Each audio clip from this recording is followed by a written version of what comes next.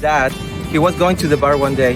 He saw the drama from the other team, team 2, and he stopped to watch the drama. So he said to me, God stopped me to go to the bar and don't drink anymore.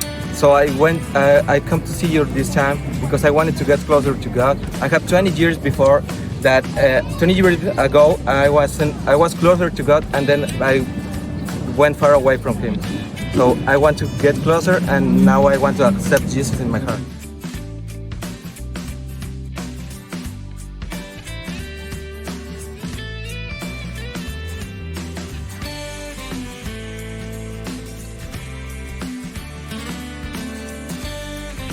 Hi, we're in country. We're having such an incredible time. We have organized medicines and just got to really experience the country here. Yeah, so we just want to ask if you would pray for us as we go out and work with refugees tomorrow in small groups, that God will give us wisdom and discernment and courage and just the words to say and give us guidance.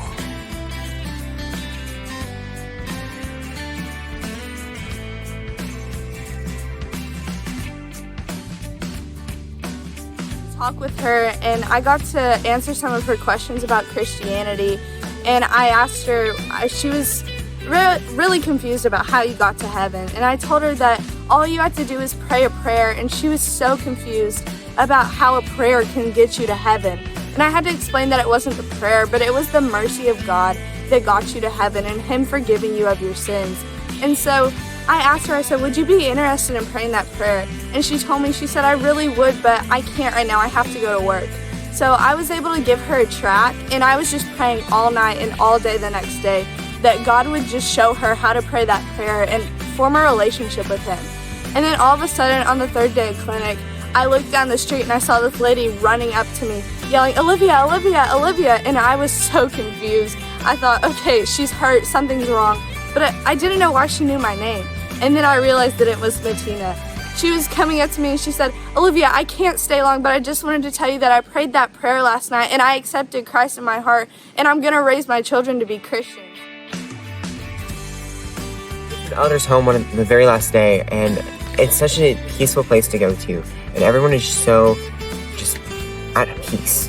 And we did the drama, and there was a man crying the entire time, and so I went up and I spoke with him, and then my TD Zachary came over there and we both shared the gospel with him, and Zachary ended up helping lead that man to Christ before he might die.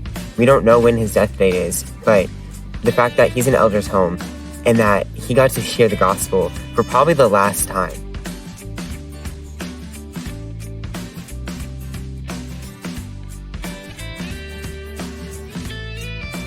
After performing the drama, I saw a group of young girls sitting down together, and they were like giggling and laughing, and I felt called to go and talk to them.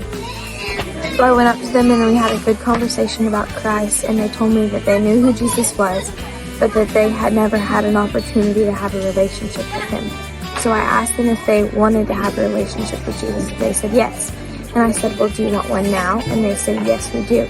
So we prayed the simple prayer asking God to come into their lives, and 3 of them got saved.